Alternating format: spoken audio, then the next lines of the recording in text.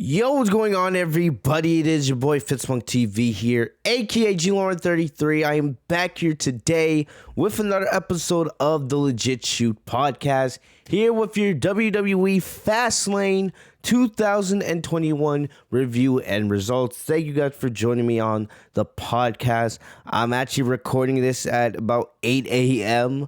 Monday morning, the Monday after Fastlane. For those of you guys who listen to the podcast every single week, you guys know I haven't been able to live stream in a couple months, and that probably is going to continue until around the end of April.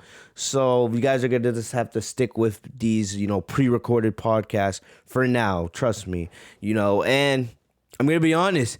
If I had done a live stream like I used to do, right? If I had done a live stream right after Fastlane had went off the air last night, that review probably would have got to take down from YouTube. It probably would have got reported somehow and got taken down because I'm going to be honest.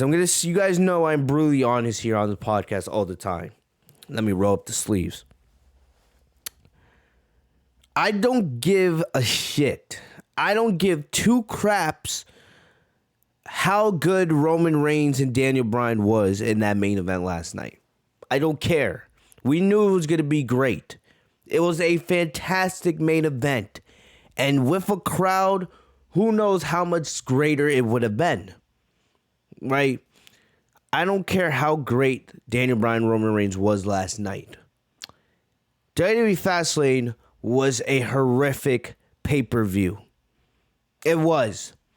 And if you truly believe in your heart of hearts, just because of that main event, this was a good show, then you're absolutely fooling yourself. Really. Fastlane was not a good show. For one, the biggest takeaway coming out of Fastlane, it once again showed why you should not be doing a pay-per-view 2 weeks before a major show, especially when it comes to WrestleMania, your biggest show of the year. WWE needs to abolish Fastlane. They need to abolish this notion that we need to have one last stop on the road to WrestleMania, especially when it takes place 2 weeks before the actual biggest show of the year. Because it fills you with logic gaps, it causes them to make stupid decisions, and is a complete waste of everyone's time. It was. Outside of Daniel Bryan and Roman Reigns, that show was a complete waste of our time. I don't care. Drew McIntyre and Sheamus, I don't care how great that match was. I can honestly see them fight forever. I honestly could. I love Drew McIntyre and Sheamus. But there was no care in me watching that match last night. No care. Because there was no stakes. There was nothing on the line. Sasha Banks and Bianca Belair going after the tag titles again. First of all, you have Sasha Banks and Bianca going after the tag titles for a second straight pay-per-view. And then we come out of that match, thinking the worst of Sasha and Bianca. You have Sasha Banks getting pinned for a second straight pay-per-view. You have Bianca looking like a pussy. Right? And then everything that we were excited for that feud has been pretty much taken away by the way they've booked Sasha and Bianca since Bianca won the Royal Rumble. And I'll talk about that a lot more here in a second.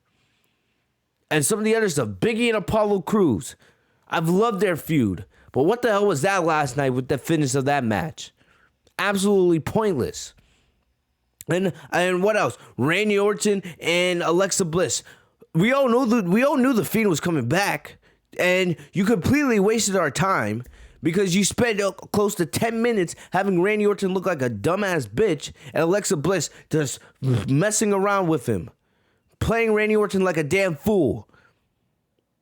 Last night's show was absolutely horrific up to the main event, and it was a waste of time, really. We do not need a pay-per-view before WrestleMania. 2 weeks. It should be the Royal Rumble. Then it should be the Elimination Chamber, right? Unless you want to replace it with Fastlane. Honestly, I would just rather keep the Chamber.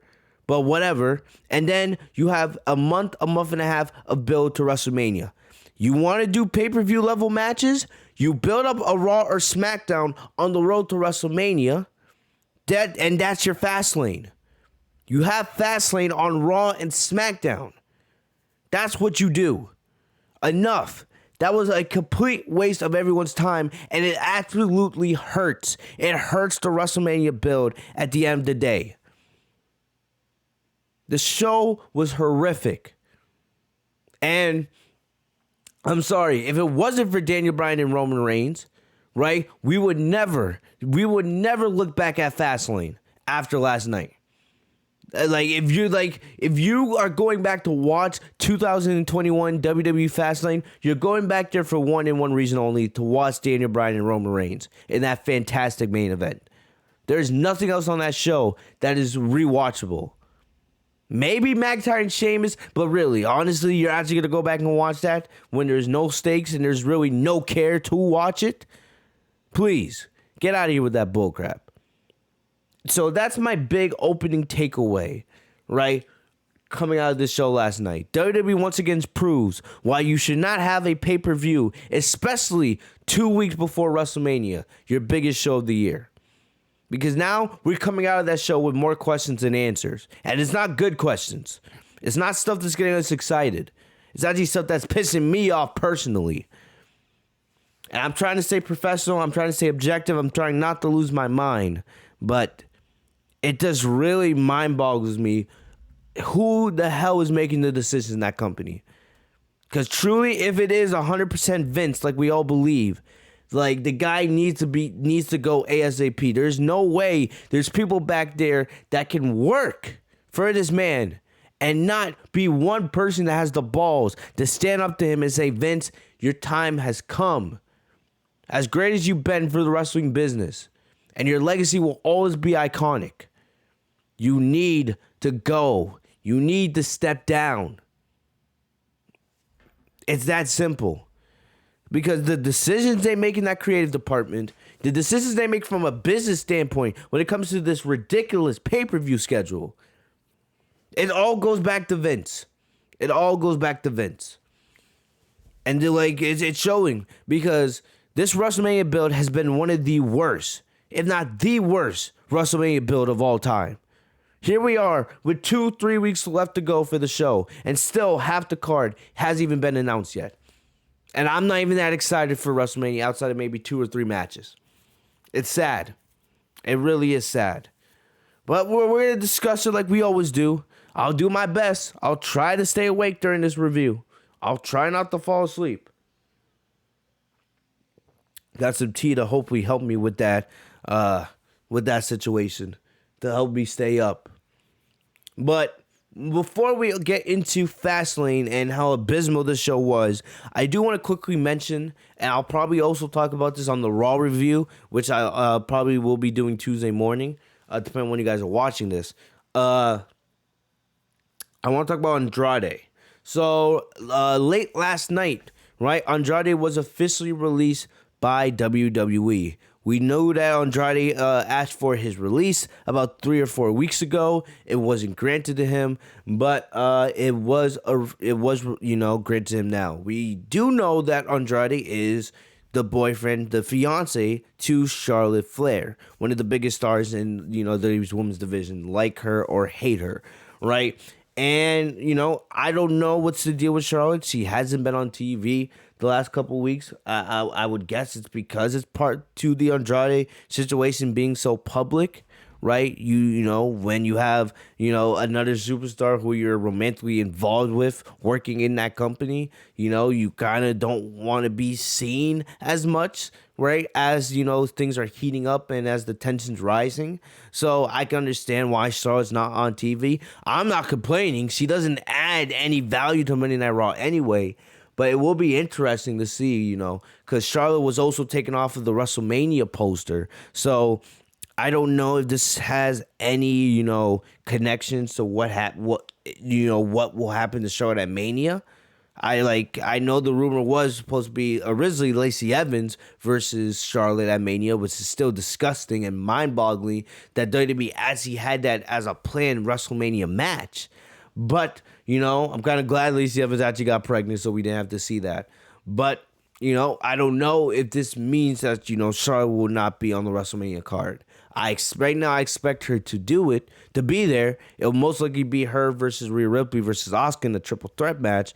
But, it is something, we got to keep our eyes on because we don't know what's going on there.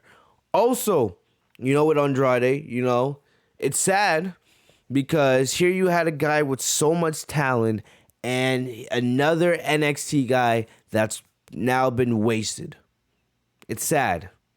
How many more guys that WWE has are they going to be forced to let go of because Vince refuses to push them? Remember when Andrade first came to the main roster? Remember that? And everybody talked about, how Vince loved this guy, right? Vince had huge plans, in place for him. And it looked like Andrade was going to get pushed to the top. Him and Zelina Vega were great.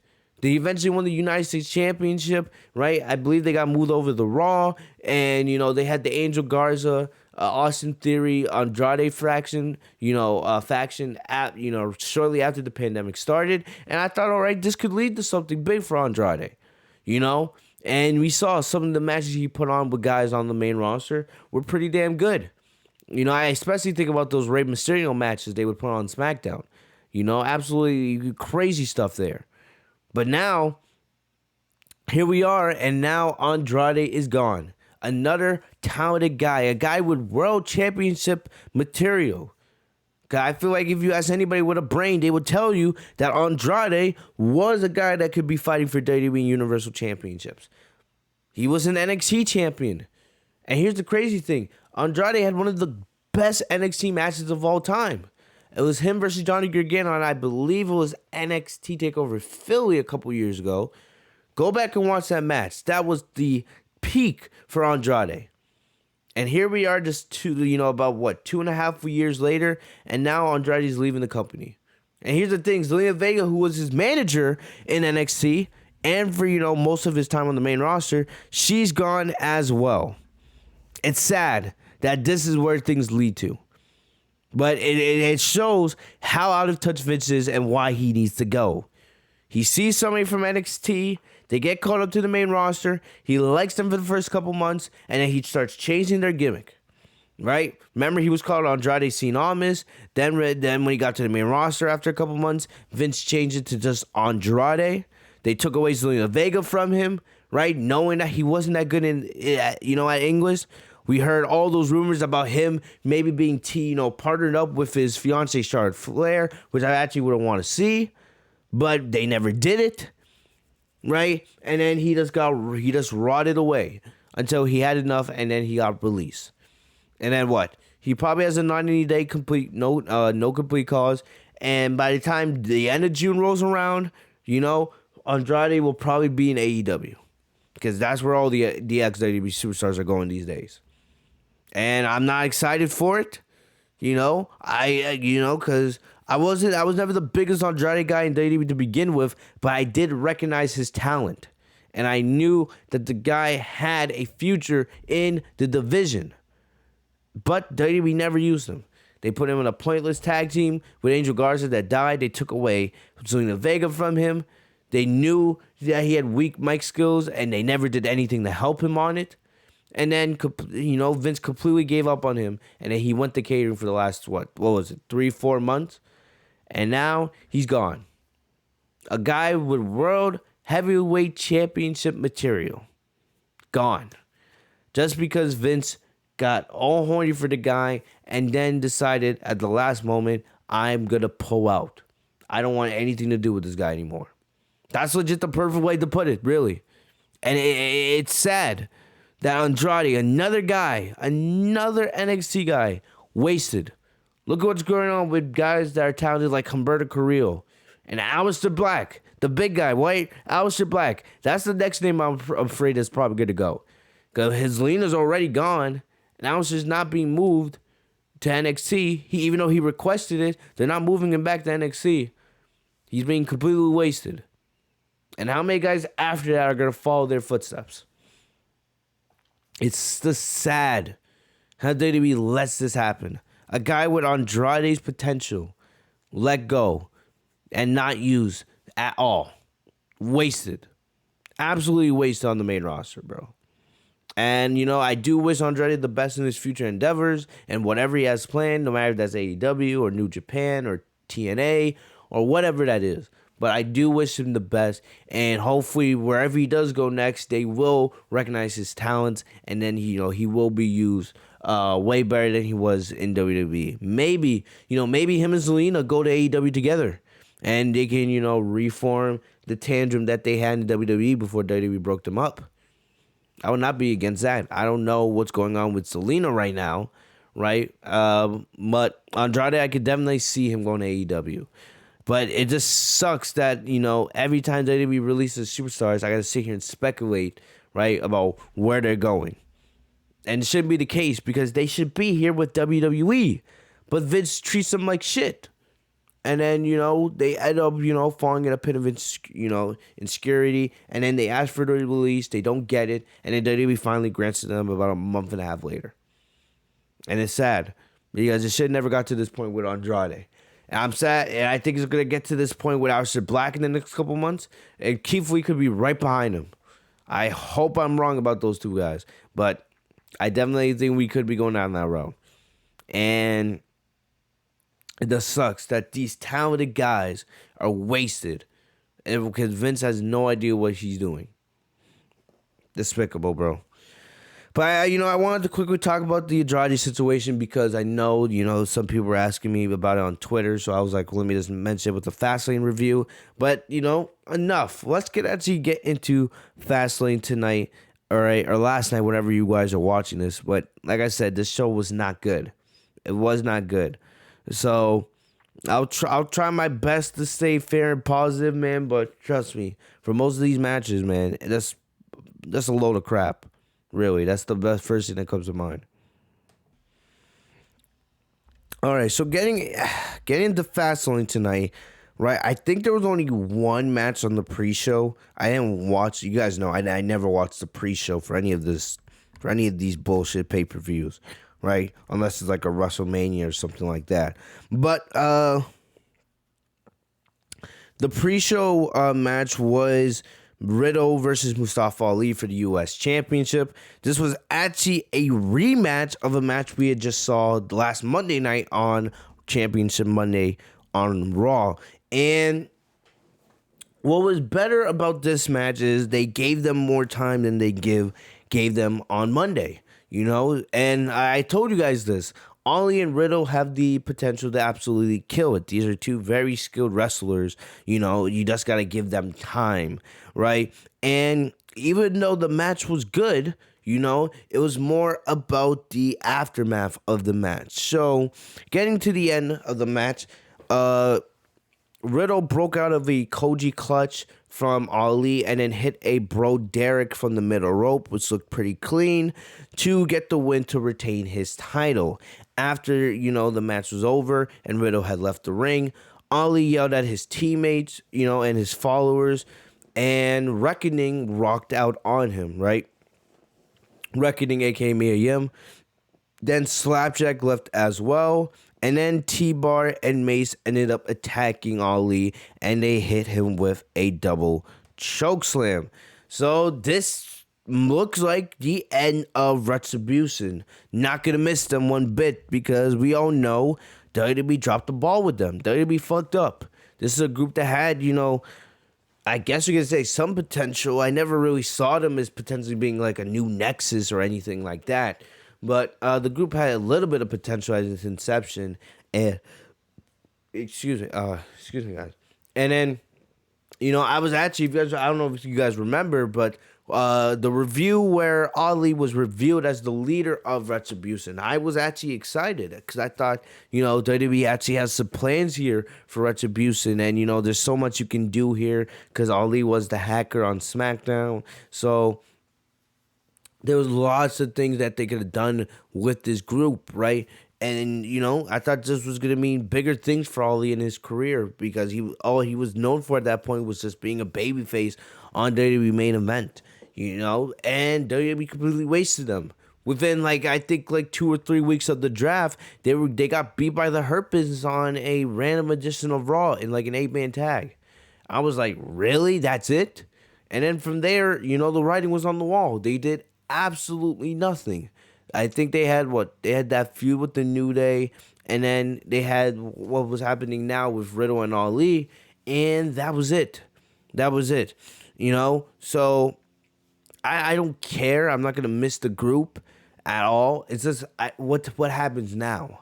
Like does Ali go back to being a babyface that no one gives a shit about, or does he change his heel character? That would be interesting to see with Ali. But I don't know what happens to the other record or the other members of the group as well. Does Mia Yim finally get to go back to SmackDown like I've been hoping for her? I hope that would be the best thing for her career because she has nothing planned for her on the main roster. She's been absolutely useless, so we'll see. We'll see. But, big thing here, Retribution is broken up. Good riddance. I actually went into some Raws forgetting that they were actually on the show.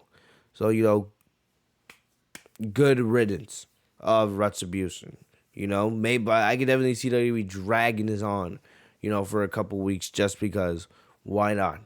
Why not? Because it's not like they have anything better for Ali or any other member of Retribution. So they're gonna drag it on for a little bit and see, how long they can get, how long they can test the limits of this, right? But no one has any excitement for it, so it's just old news at this point. Getting into the actual card, or the main card to say, right? We start off with the Women's Tag Team Championships. Sasha Banks and Bianca Belair teaming up to go up against Nia Jax and Shayna Baszler. And Reginald, who was accompanying them. So, I'm kind of glad this opened the show just because I can get out of the way. I don't have to worry about it later in the podcast.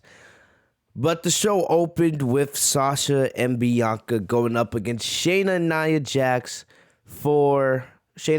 Nia Jax for the Women's Tag Team Championships. And this was horrific. I'm not really focused on the match. I'm talking about the booking. I'm talking about the story. I'm talking about the ending. All that. Because I'm looking at this from the perspective of where are we going? And we all know we are heading towards WrestleMania full steam ahead. And WWE has managed to fuck this up so badly with Sasha and Bianca that I don't know if it can be fixed in the 3 weeks we have remaining. They could fix it, but it is unlikely, especially with the way this is going, right?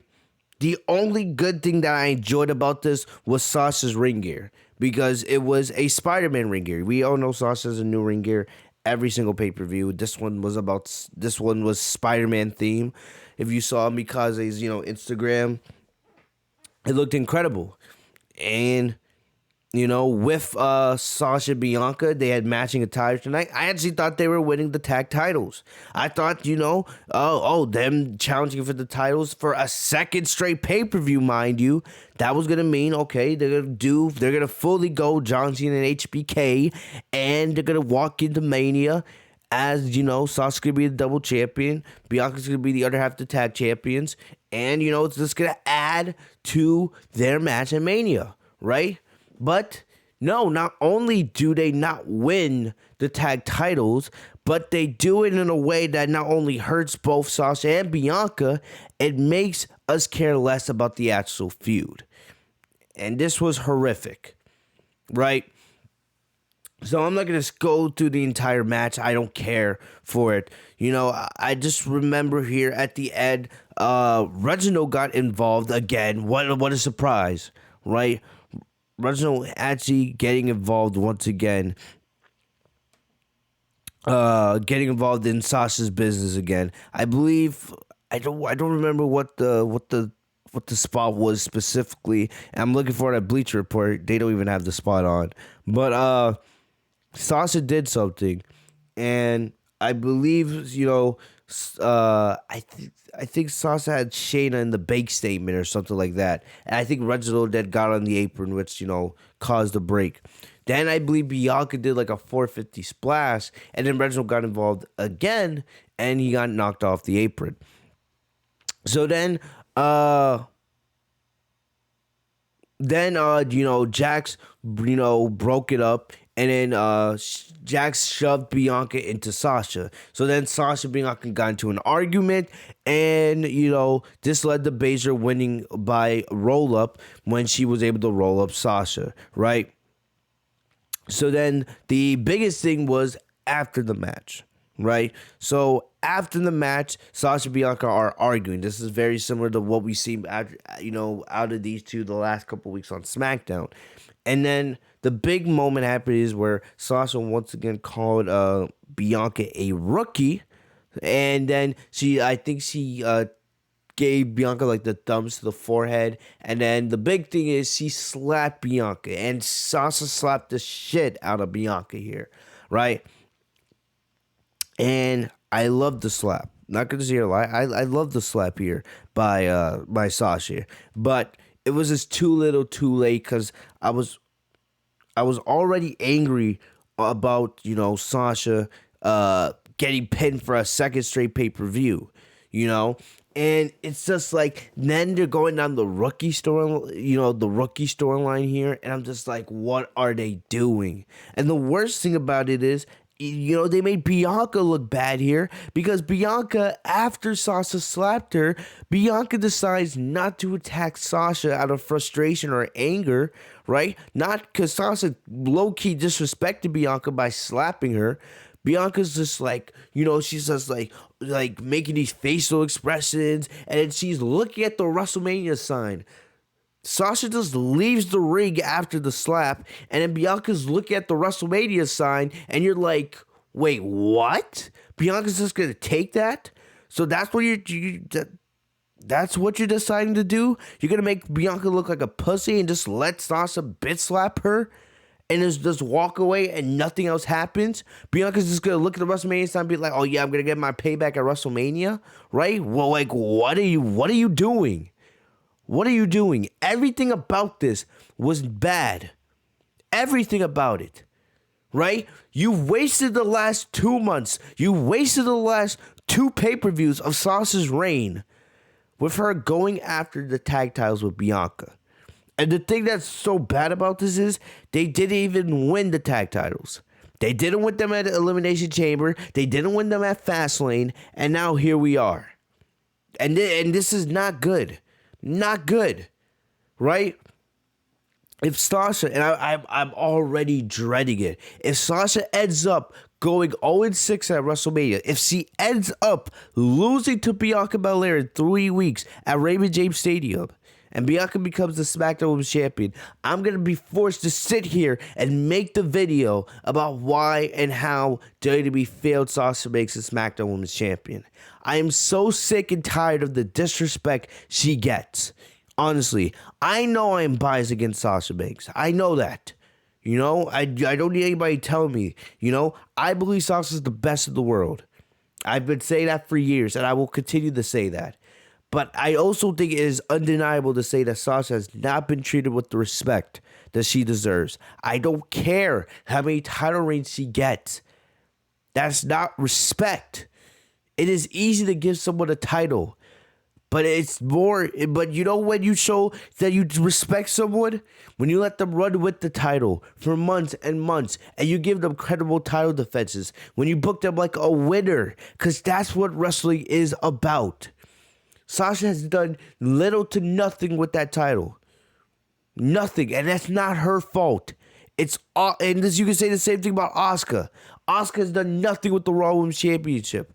Asuka has not defended the Raw Women's Championship on pay-per-view since, I believe, October at Hell in a Cell, if I am correct. Zelina Vega was still signed with the company at that time. And it's sad that that's the case. It really is sad. That's what we got it. You have 2 of the best female wrestlers of all time as your women's champions, and you've given them terrible title reigns. What has Sasha done since she became the SmackDown Women's Champion? She had that one match with Bayley. That's it. All right? She had the great match with Asuka Survivor Series, and then she feuded with Carmella for 2 months, and that's about it. Really. I thought Sasha and Bianca were going to win the tag titles at one of these 2 pay-per-views, and they didn't. Why couldn't you have done what I've been pitching. Why could you have had Sasha defend her SmackDown Women's Championship inside the Elimination Chamber, right? And give her another credible title defense. And then if you wanted to do Sasha Bianca for the tag titles at Fastlane, you could have done that. And then you should have had Sasha Bianca actually win the tag titles. That's what you should have done. Instead, you have failed Sasha as champion over the last couple months, right? Having her get pinned. Let's be serious. If Charlotte or Becky were champion in the last couple months, would they have gotten pinned? No. We all know that they would have gotten pinned. Do you see Roman get pinned in pointless tag matches? No, you don't see that. Because WWE respects them as stars. WWE does this 50-50 booking with everybody outside of 2 or 3 superstars. Where 1 week, it doesn't matter if they're a champion or not. WWE has no problem having them pinned. It's disrespectful, and it makes them also lose credibility as champion. You've had Sasha pinned now at 2 straight pay-per-views. And if she loses at WrestleMania, that's going to be 3 straight pay-per-views. It's sad. It really is sad. That's not WWE treating one of their biggest stars like the star she is. That's showing that they don't care about her and they disrespect her. I saw somebody on Twitter tweet out, if Sasha was to lose the SmackDown Women's Championship at WrestleMania, she should, leave the company again, right? Take another break like she did a couple years ago and remind WWE again why she's as valuable as she is. And honestly, I wouldn't be against that because maybe she does have to do that. Maybe she does. Because honestly, it is sad. It is sad that this is where we are. I thought they would have finally learned their lesson about how big a star Sasha Banks is. I thought they would have finally started booking her correctly after all this time. But no, they're still 50-50 booking her. And then you have this nonsense. Her being pinned by Nia Jax on pay-per-view at the Elimination Chamber. And now her losing via roll-up. Really. And then all this most likely leading to Bianca winning at Mania. Because I'm terrified that that's where we're heading. I'm terrified that that's where we're heading.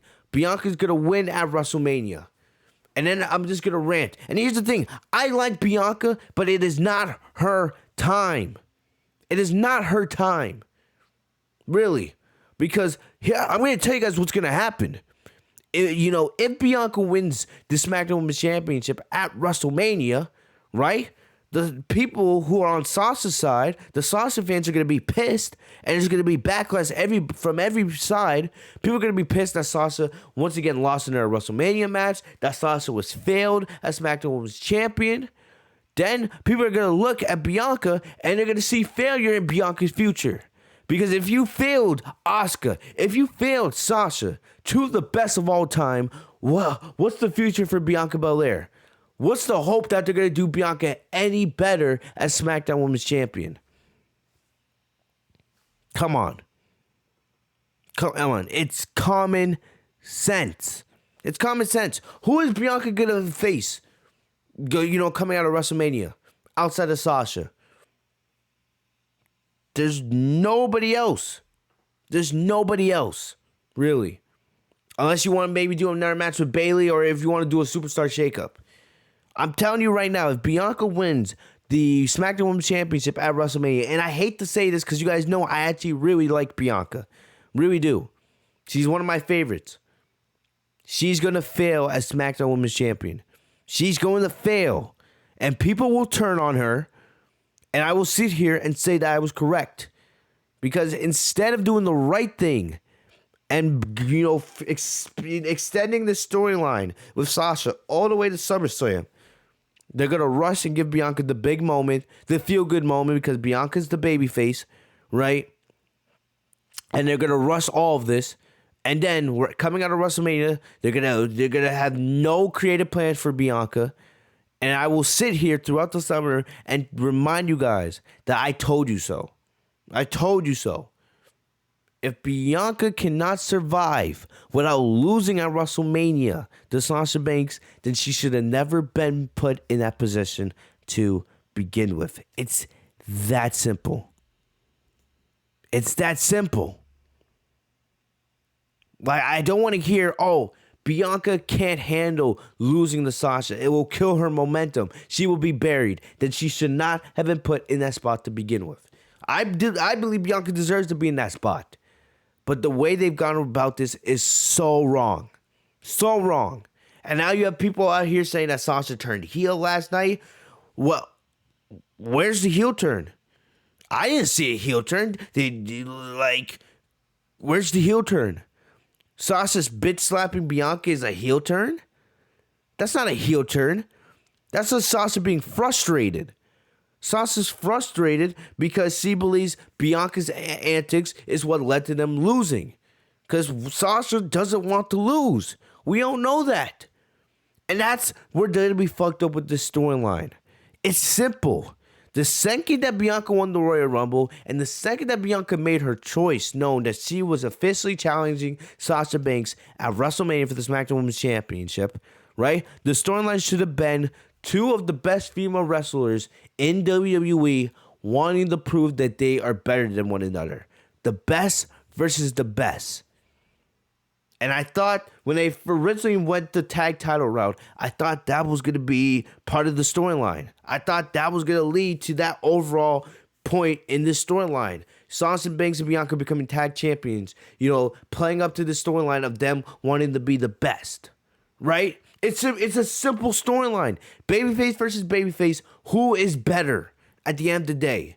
But instead, they've done so many issues here. They decided to have Nia Jax and Shayna Baszler beat both Bianca and Sasha on separate occasions, no matter if it's in a tag title match or if it's in a pointless normal match on SmackDown, right?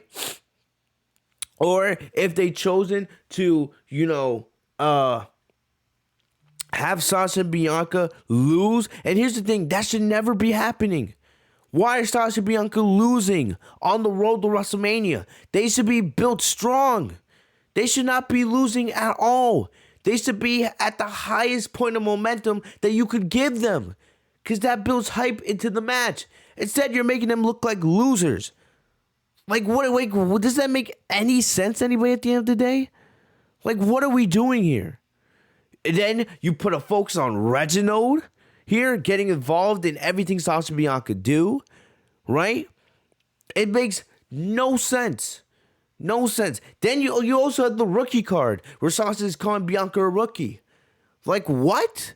Why is that part of the storyline? It's a simple storyline that WWE has fucked up. And, Sasha's not a heel, right? And, if Sasha is to turn heel, we'll see that on SmackDown. But I don't see Sasha turning heel here, and it's not the right decision anyway, right? Because you don't even have baby faces to begin with in that division. You don't. It's really Sasha, Bianca, and everybody else. Shayna and Nia are not on that show. Bayley, she's not in the title picture at the moment. Carmella's a heel. Tamina and Natalya are in the tag team division. You're not using the Riot Squad. And so you have nobody in that division to begin with. So why are you going to turn Sasha heel? Why? It's a waste of time. I'm sorry, it is. If you're going to turn Sasha heel, you should be waiting to do that at WrestleMania. Not now. It doesn't make sense. None of this makes any sense. I'm going to pray that they're, for some hope. I'm going to leave a little hope. They have 3 weeks left. We have 3 SmackDowns. There's still a chance that they can fix this. Will they fix it? I don't know. I don't trust them to do it, but I will pray and give a little hope. Just a smidget. We have 3 weeks now. The tag team, that's over now. Right? The second Sasha / Bianca is over. We're not going to see it anymore. So, we'll see what happens. I want to see intensity now. No more games. No more Reginald. None of this bullshit. I just want to see straight intensity in promos, in whatever segments they have planned. Whatever they have planned, I just want to see these two absolutely go at it. And I want to see them kill each other on the mic. I want Bianca to bring up how Sasha's never won a match at WrestleMania. I want Sasha to talk about why she's the best in the world at what she does. I want all of that on the table here. It's WrestleMania. 3 weeks left to go. Let's go. Let's go. We ain't wasting any more time. So, I'll give them a chance here. I'm hoping, with the last 3 weeks before WrestleMania, I'm hoping WWE can turn this around. We know the match is going to be great. That's not the problem. It's the build that we're missing. So, we'll see. We'll see. But I'm not happy with what they've done with Sasha Bianca. And Sasha must retain at Mania. That's the final point I'll make here. I know I said a lot here, and I know it's mainly just because it's Sasha Bianca, but that's the biggest point out of anything here. Sasha must retain at WrestleMania. It's not an if. It's a must. It's a must. All right, let's move on from the SmackDown Women's Championship situation. All right, I know I spent a lot of time talking about that. So let's talk about another thing on SmackDown: Big E and Apollo Crews. If you guys haven't watched the SmackDown reviews, man, this has been one of my favorite things on SmackDown. Right? I've loved this feud. I've loved Apollo's heel turn. I love the intensity from Big E here. And I also had to be reminded here. I had to be reminded that Big E's never won a match at WrestleMania. And that was kind of shocking to me, especially knowing all the time that Big E spent with the New Day over all these years. Right? But if you actually look at it, Big E's actually never won a match at WrestleMania. And, it's not that it changed my thoughts, too much, but it was something I had to think about here. And I will say, this was not good. I'm not talking about specifically the match. I'm talking about the ending. I'm talking about the ending because WWE put out a really good video package highlighting what's happened between Apollo and Big E the last couple months, right? And, it got you amped up. And I thought, this could be a potential show stealer. I didn't think it was going to be the best match on the card, but I thought it had the potential to be one of the things we remember coming out of this show. But it wasn't. It was clear that, WWE was in a rush to get this done because there was actually a lot of matches on this show. And I don't know why. Honestly, there should have been no more really than 5 or 6 matches. But instead, there was 7 to 8. And I'm just like, why? Why? Why didn't you just build a Raw and SmackDown, behind these matches that you had scheduled for Fastlane tonight? It's really that simple. But, it affected Big E and Apollo. And I was disappointed, with how the match ended. So Big E came out. He was super, super aggressive. I loved how he was chatting in Apollo's ear. He was like, "This is what you wanted. This is what you asked for. All right, don't feel bad because you asked for this." So Big E was hitting big splash, doing belly to belly suplexes, but then Crews answered back with his own German suplexes. So we got to the end here.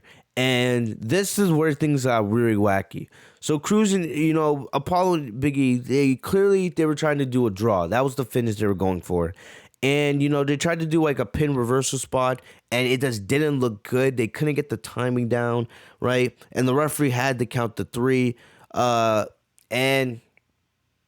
Basically Big E retained because it was a draw. The child's not going to change his hands on a draw, but Big E retained, and it's clear that this feud's going to continue, especially because Apollo tagged Big E afterwards and said, I'm not finished with you," and it hit him with not 1, not 2, but 3 Apollo slams, right? So look, I said here, anything other than Apollo walking out as IC champion is not good. And I'm going to stay consistent with that. This was not good because Apollo did not walk out as champ. Not only was the ending, sloppy as hell, Apollo did not walk out as champion. His heel turn has been fantastic up to this point, but we cannot take him seriously if he doesn't get the job done. It's that simple. Because wrestling is all about winning. Either you're a winner or you're a loser. That's simple. And Apollo didn't win last night. So clearly this is going to continue. I can definitely see this being put on one of the 2 nights of WrestleMania, right? I did, say I wouldn't be surprised if they did like a IC ladder match, but right now that doesn't seem to be the case. So we're probably going to get, another match between these two at Mania.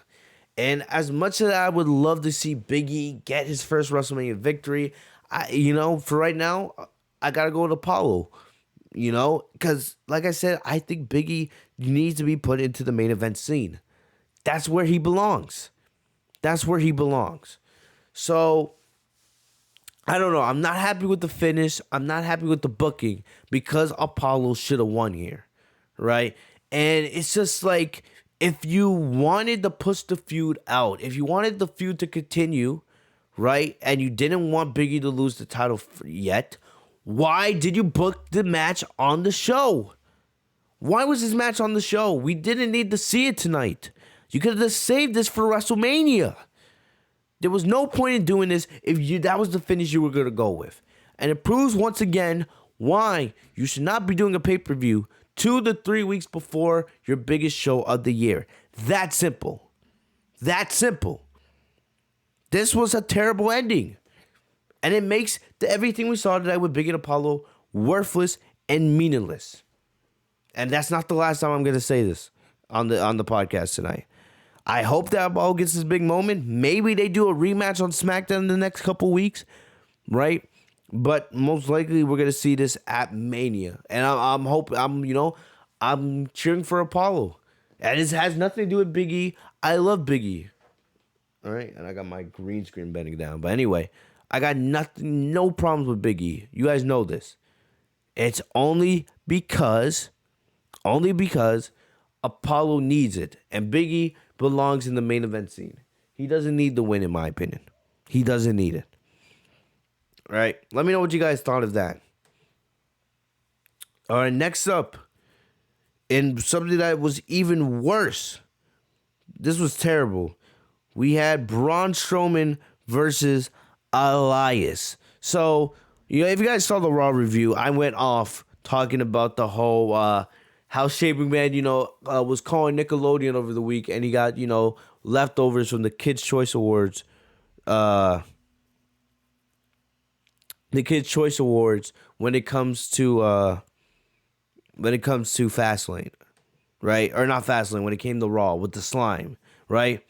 And this match was actually announced for Fastlane. They announced the rematch between Braun and Shane, and I was like, if you're planning on having the match at WrestleMania, what's the point of having the match now, right? Why the hell would we want to see it again?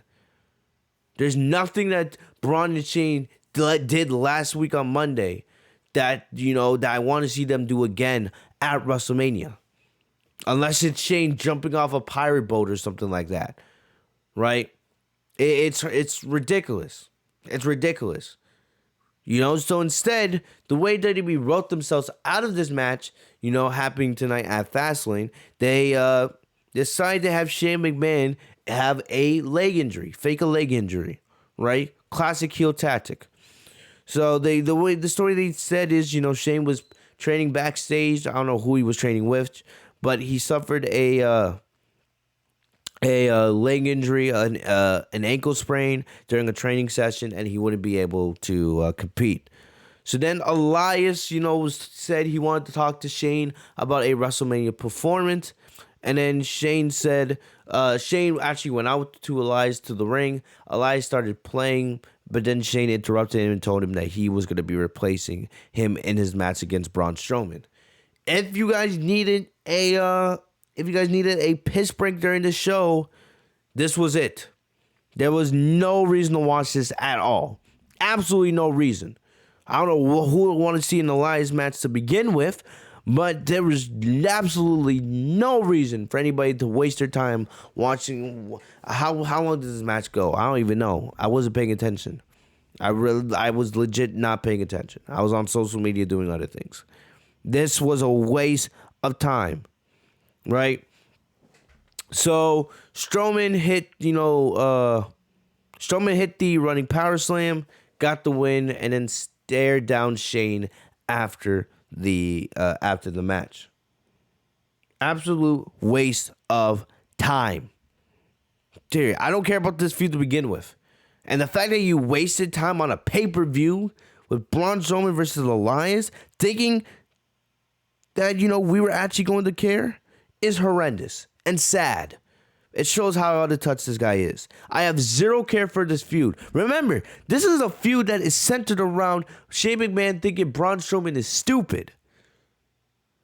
Can we do a storyline that's centered around how Vince McMahon is stupid and how he needs to leave the company?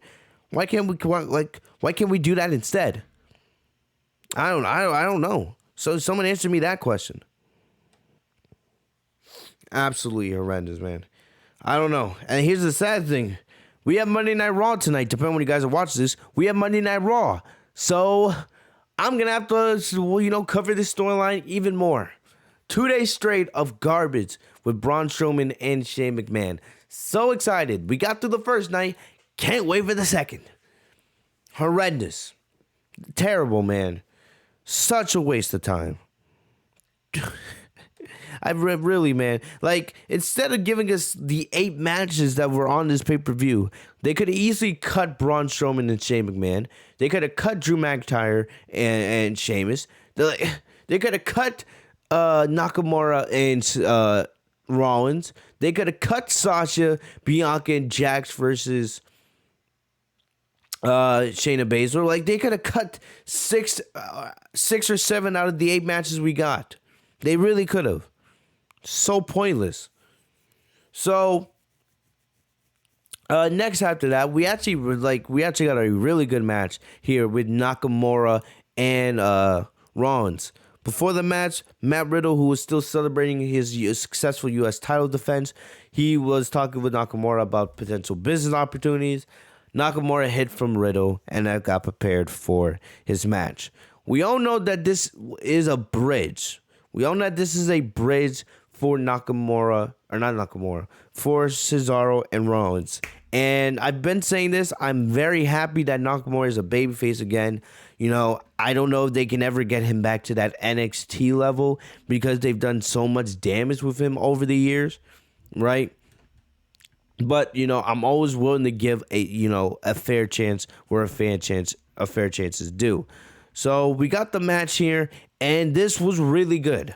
Really good. This reminded me of the match Rollins and Nakamura had a couple years ago at Survivor Series, back when the roles were reversed, when Nakamura was the heel and Rollins was the babyface, right? This was really good. So near the end here, Nakamura got his face slammed into the announce table by Rollins, but then Nakamura did his comeback, and then hit a gut buster, right?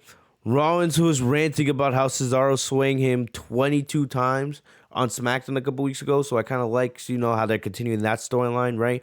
Rollins is, obsessed with what Cesaro did to him and the disrespect that, he was treated with. The match picked up a lot here in the end. It started off a little bit slow, but about the last 5-10 minutes of it was really good. Rollins won with a stomp out of nowhere. I don't remember specifically how he got the stomp, but it was out of nowhere, and he got the win.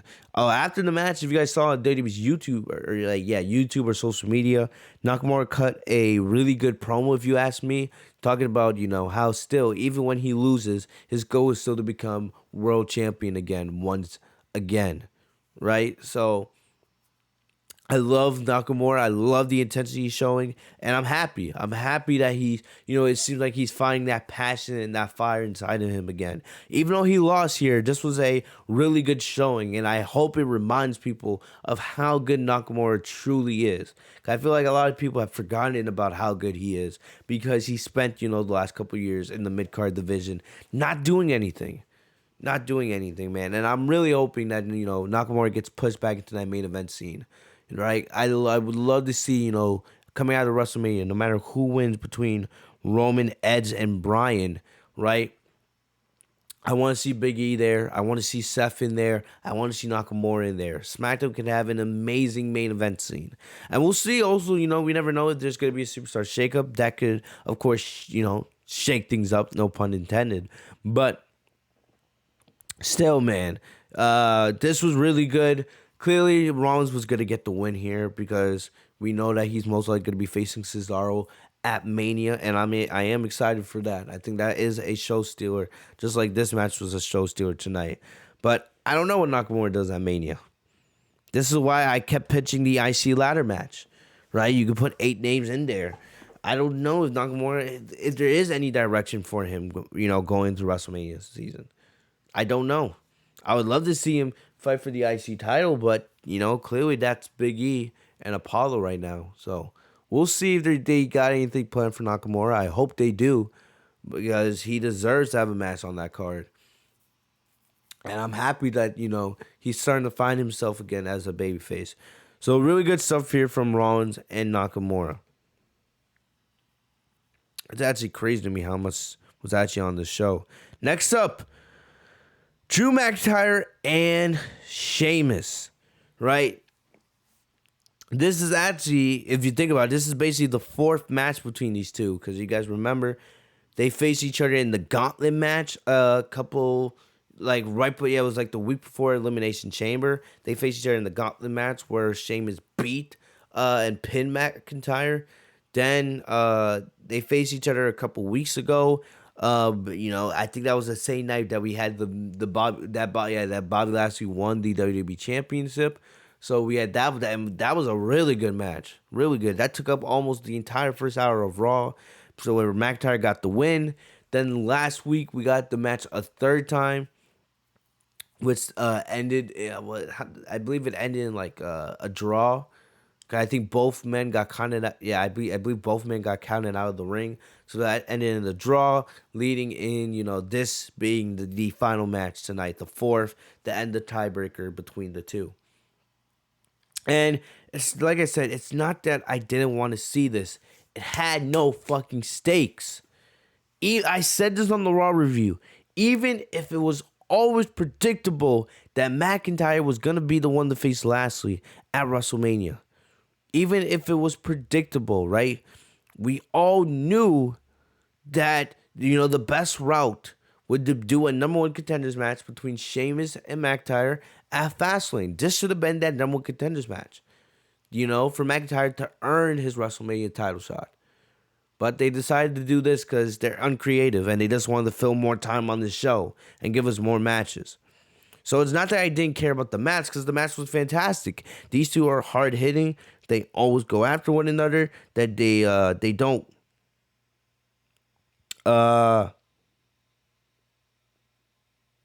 hold anything back.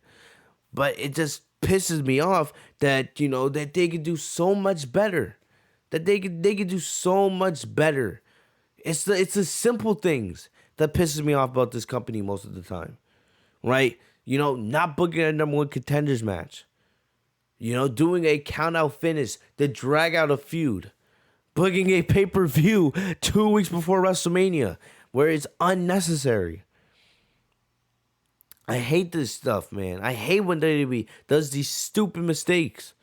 Because then you have the AEW cretins come in on the podcast, and then they're the ones that are bothering me with their stupid takes. It's so retarded. So retarded. How hard would it have been just to say, all right, this match is going to be for the number 1 contender.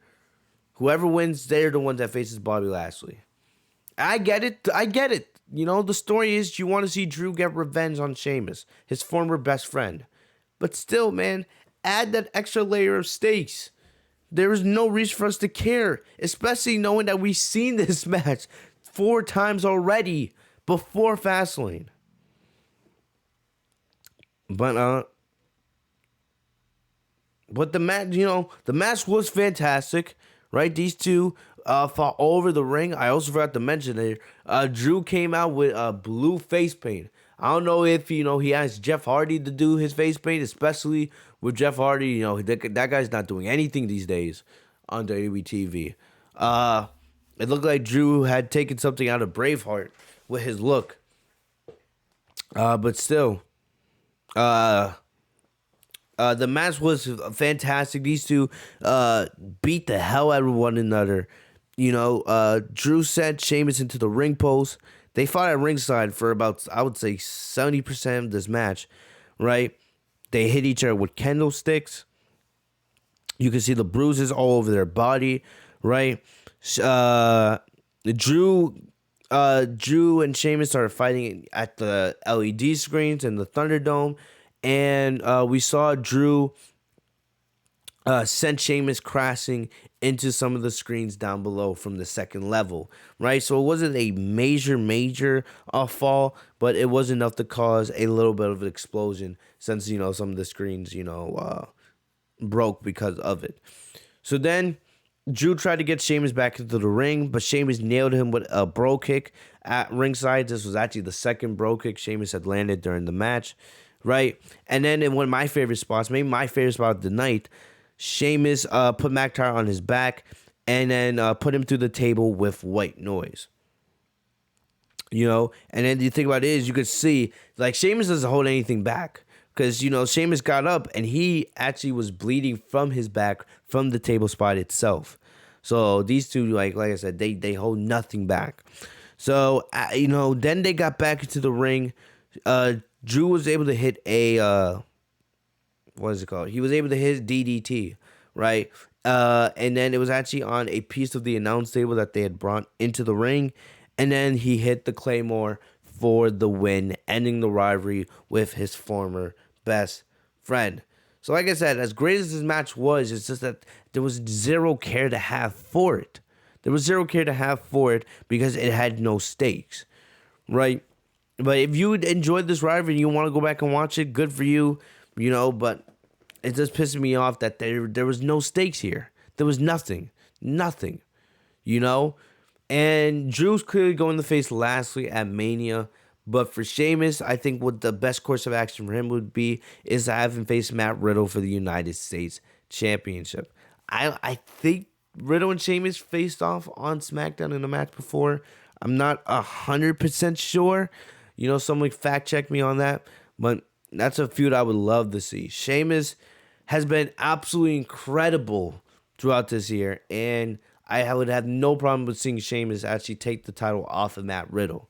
No problem. I feel like Sheamus deserves a big spot and deserves a big moment.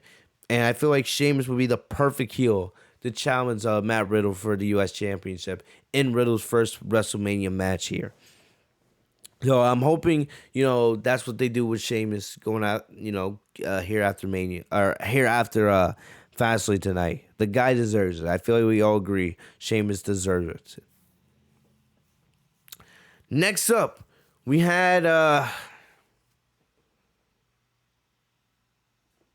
this was bad. We had Alexa Bliss versus Randy Orton. This match was, of course, announced last week. Remember, Alexa Bliss said that if Randy wanted her, or out of his life, he would have to take her out himself. And we all knew from the second they announced this match where it was going. Right, this is a feud that has been going on since Since freaking December, before December, really. You could say like before Survivor Series. Since when The Fiend got drafted to Raw, this has been going on, and it's just run its course. There's just no interest there for me personally. The interest is gone. And I love Alexa Bliss. I love Randy Orton. I like The Fiend. It's just that they've dragged it out. This is the problem. When you just drag things out with no storyline. Honestly, The Fiend's been gone since December. And here we are in March. And I understand you want him to sell the attack. But it's just like they did nothing to really keep you on the edge of your heels in the 3.5 months that he was there. He was gone. Right, sure, there was some, dumb okay stuff here and there for the most part. I just haven't cared about this feud anymore. Because it was just rinse and repeat every single week, right? So getting into the match itself, Orton, came out for the match, and Alexa came out, and she was in ring attire. She was just wearing her normal Firefly Funhouse clothes. And all of a sudden, as the match begins, Randy Orton starts coughing up that black substance, right? So this is like the fourth or fifth time we've done it. I'm just like, already, this is what we're starting off with. This is what we're doing to start the show. Really, this is how we're starting this match. So anyway, Orton was able to recover, and the match was able to go on. So they brought back the CGI fireballs, right? Alexa shot some fireballs at Alexa. Or not Alexa. Alexa shot some fireballs at Randy Orton. I wish, Alexa would fire a fireball, or at least Alexa could give me a fireball so I could fire it off at Vince McMahon. So Vince McMahon could get the funk off this television show and get away from the creative. But, Randy ran at Alexa. She dodged the hit, and then Randy crashed into the ring post. Orton was following Alexa around the ring until a piece of lightning equipment fell on him. Then we saw Alexa fire another fireball in his direction. And this was dumb because you're making Randy Orton, right, a future Hall of Famer, like a 14-time, my bad, a 14-time world champion, look like a fucking retard. I was like, this is what we're doing? This is what we're doing? Should I compare this to Braun Strowman and Shane McMahon? Who's more stupid? Right? Like, it was dumb. You're making Randy Orton, get freaking, you're getting fucking played left and right by Alexa here. And you're just like, huh? Is this really happening? Like, what are we doing here? Honestly, what's the point of all this? And making Randy Orton look like a retard. And anyway, it actually looked like Orton was finally going to be able to get his hands on Alexa. But all of a sudden, and we saw this coming, we see a hand emerge from under the ring, right? And, Alexa is smiling as we see the hand grab Randy's foot. And we all knew who it was. It was The Fiend. And The Fiend, he came back. He had a new outfit. And, his mask was was partially melted. Clearly this new look of The Fiend in this new outfit is supposed to represent, him being gone for 4 months, right? How he was able to, survive Randy Orton trying to, burn him alive at TLC. That's what it's supposed to represent. So Orton, of course, was, terrified to see that The Fiend was back. Then,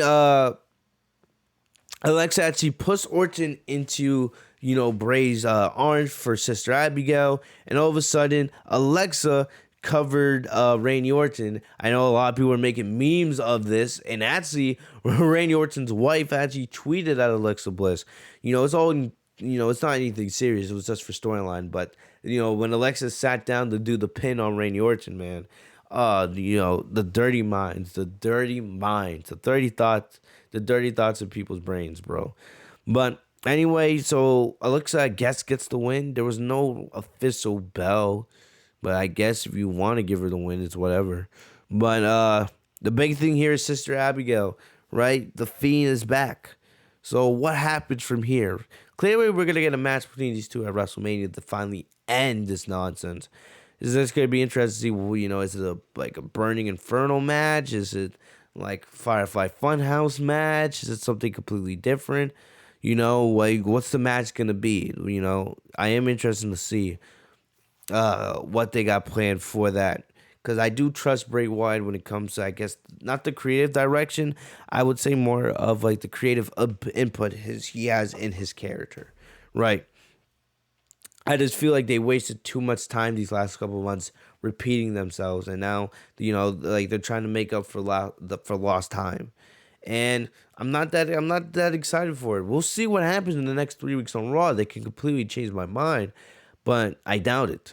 I doubt it. The feud has run its course, and no matter what they decide to do at WrestleMania, I'm just not really gonna be 100% excited for it. But, I'm always willing to give it a chance. So we'll see if, at WrestleMania, Bray Wyatt is able to make up for that horrendous match, and get some almost payback on Randy Orton. But either way, man, like, the return of the Fiend wasn't bad. It's just, like, really, like, that's what you guys chose to bring me back as. You know what I mean? So, we'll see. I'm gonna try to get used to his his melted look, because right now it does look freaky. It looks really freaky, but we'll see. We'll see what they have planned. So I want to know, are we gonna see Mr. Rogers Bray Wyatt back on Monday, right? I feel like I missed that guy more than I missed what's his name? Can't remember. I can't remember. But you guys get the point of what I was trying to say, right? But it is what it is. It is what it is. The Fiend is back, right? And he's gonna face Randy Orton at Mania. We just don't know really what kind of match it's gonna be, right? And I'll keep you guys postponed. Not postpone it. I'll keep you guys updated on that front. So moving on into the main event. This was fantastic. Daniel Bryan versus Roman Reigns for the Universal Championship. And if you guys have been listening to this podcast for any duration of time over there, I would say probably since the beginning of the year, I've been saying that this should have been the match at WrestleMania. Should have been the match at WrestleMania. Imagine getting this match in front of a live crowd, guys. This was fucking epic. This was about, I think like 28 minutes, 40 seconds. And I was on the edge of my seat for nearly the entire time. The match started off a little bit slow, but we all knew that by the end of it, things were going to go crazy. And man, they did. Like, this was great. This was absolutely great, man. And it had that big world title feel to it. Something you don't get as much in WWE, right? So they had Edge as the special ringside enforcer. So I don't even know where to start, with the notes here. Right. Give me a second. Let me try to find it. All right, yeah. So basically after some mind games to start the match, right? Roman was actually able to take over. And then as Bryan went for his comeback, every time Bryan would start coming back, Roman would come back and kind of like start over in a way. It's kind of like, I'm trying to think of a good example to describe it. He was like, Roman would start his beatdown all over again of Bryan. It was kind of hilarious. It was like Roman was like wanting to make it a point of how low Bryan was, or how small he compared, he believed Bryan was compared to him. And the match, excuse me, Bryan hit a couple of yes kicks on Roman in the corner. Roman blocked a Hurricane Rana attempt and then went into the Boston Crab. Then Bryan escaped and started trading strikes with Roman. He hit him with a running knee from the apron. Then he put Reigns in the yes lock. And we all know that one of the points going in is Bryan said he was planning on making Roman tap out, right? And a lot of people on social media said there was no way that was going to happen. I was like, there was no way they were going to mention this and not have it come to play some way into the match. And definitely it was just as I predicted. So Reigns would get put into the yes lock for the first time, right? And I loved it. Bryan pulled back Roman to the middle of the ring. Roman was in there for a good minute and a half. But then eventually Roman was able to use his power to, get out of it and beat Bryan down. Then, Roman hit a powerbomb after a submission attempt, and Bryan was still able to kick out. Bryan went for another running knee, and Roman was able to block that. Bryan then took out the referee, and this one things got even more crazy. Edge decided to use his special enforcer role to then become the special guest referee. And Then all of a sudden, Roman hit a beautiful spear on Daniel Bryan. And at that point, you're thinking, oh, shit. You know, the distraction with everything going on with Edge and the special referee distracted Edge. And then Roman went for the pin. And I don't know, Edge could have a future in refereeing. He did a really good job here. You know, but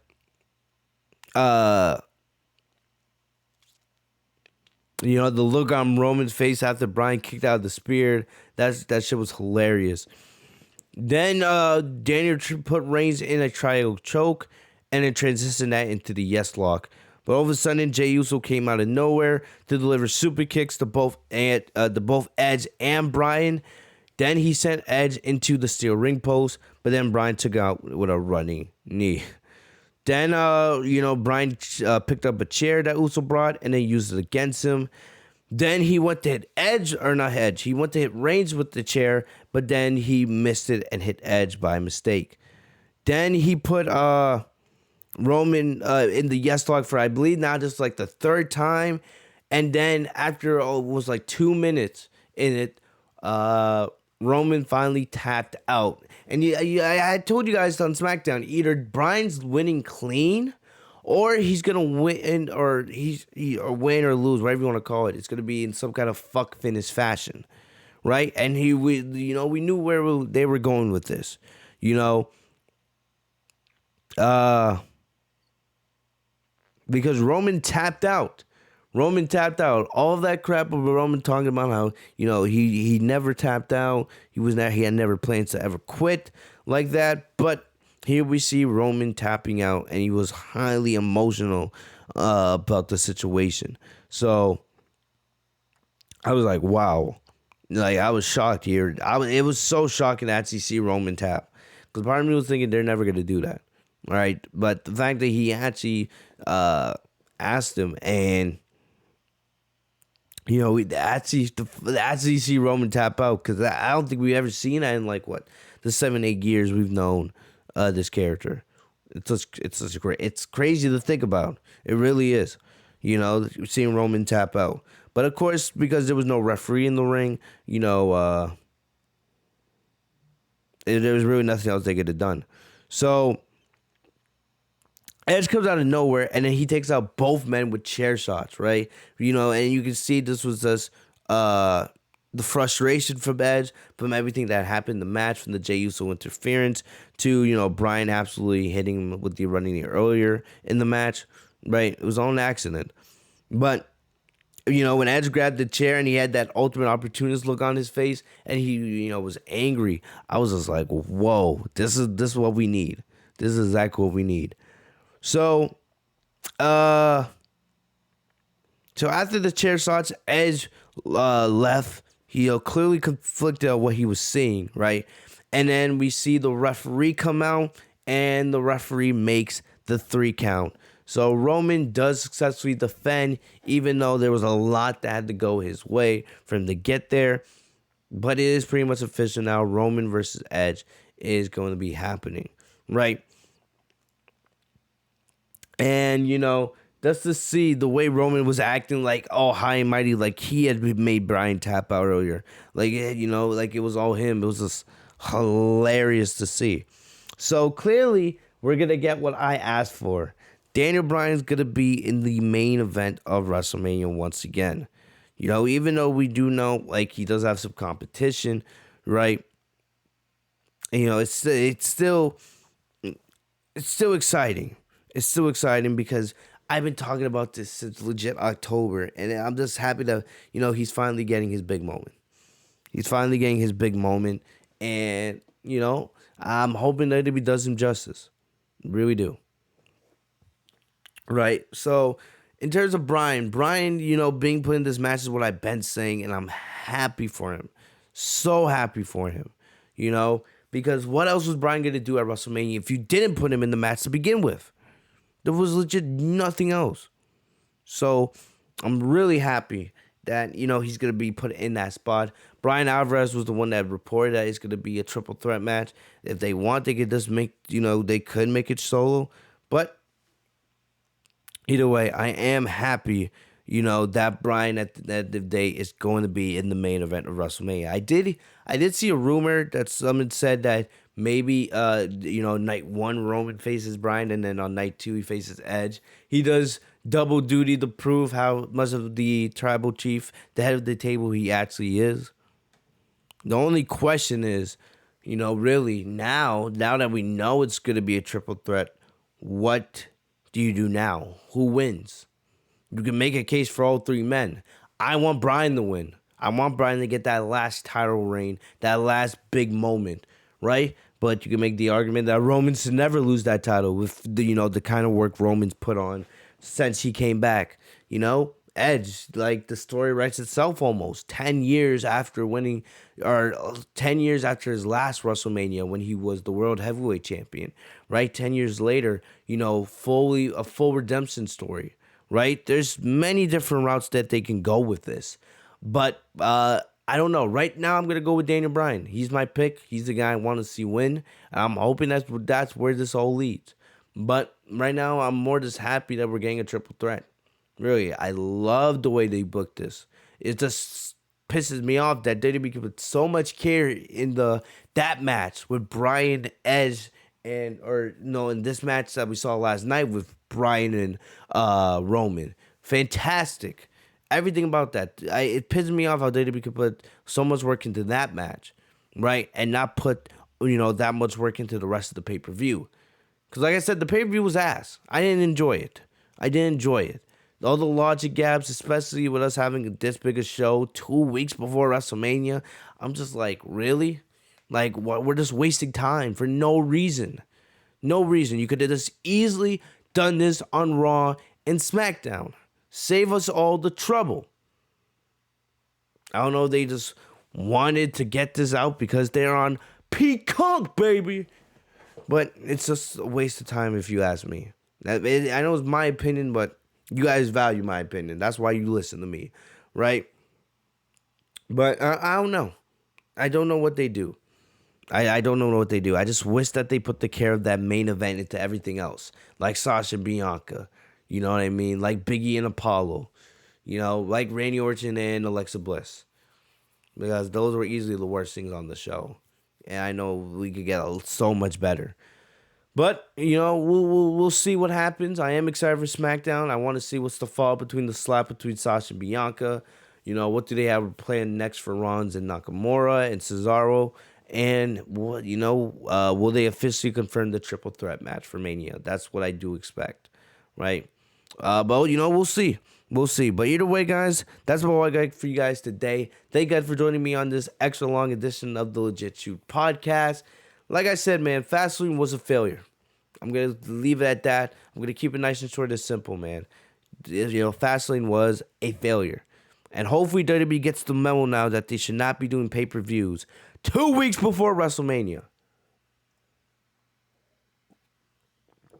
I don't care how good a card it is. It causes way too many issues, like we saw at Fastlane last night, right? But let me know in the comment section what you guys thought of Fastlane. What was your favorite moment / match? All that good stuff. I will be back here tomorrow, depending on when you guys are watching this. I will be back here tomorrow with the WWE Raw review. We'll see what happens with the fall of the Monday Night Raw on that side. I do know that Rhea Ripley, the Nightmare herself, will be making her debut. So we'll see what happens with that. But yeah, other than that, guys, I got nothing else for you guys. I'm telling you, do not go back and watch Fastlane unless you want to see Roman versus Bryan. That's the only enjoyable thing, But other than that, guys, that's all I got for you guys today. Make sure to leave a like on the video if you guys did, if you guys enjoyed. Also, make sure to hit the bell next to my name, Fitzmonk TV, so you guys are notified every time I post a new video. I'm gonna get out of here. You guys stay safe and healthy, y'all. Peace.